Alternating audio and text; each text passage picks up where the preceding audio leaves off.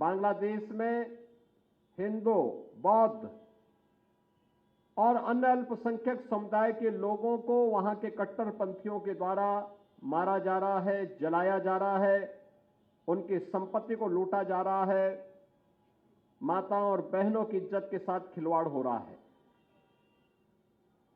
मैं जानना चाहता हूं कि स्थितियां क्यों आई।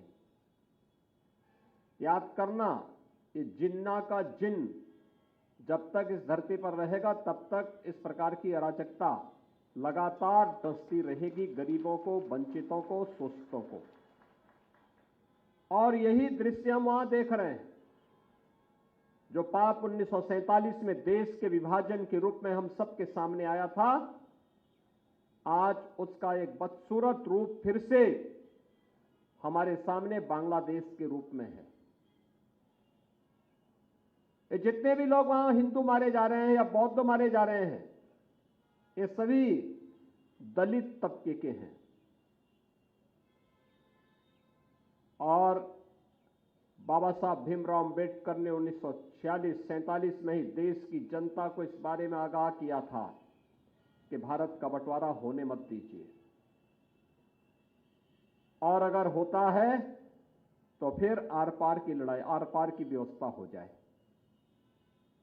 उन्होंने, याद करिए, जो लोग आज समाज को धोखा देते हैं,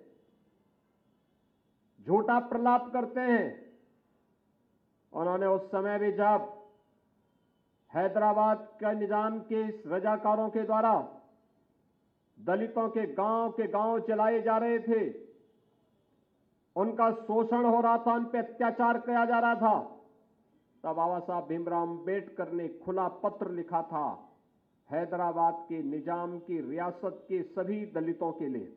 उन्होंने कहा था, अत्याचार हो रहा है, निजाम की रियासत को छोड़ करके तुम शेष भारत में महाराष्ट्र की तरफ या अन्य ओर चले आओ, लेकिन किसी भी स्थिति में अपना धर्म मत बदलना। यह संकल्प था बाबा साहब भीमराव अंबेडकर का। और स्वतंत्र 1947 में 46-47 में जब उन्हें प्रलोभन देने का प्रयास हुआ, हैदराबाद के निजाम ने भी दिया,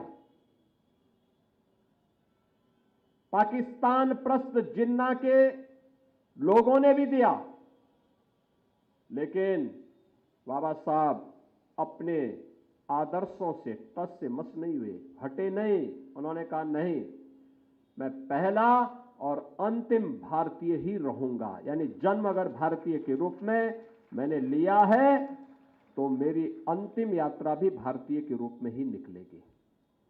और आजीवन उन्होंने इस व्रत का पालन किया।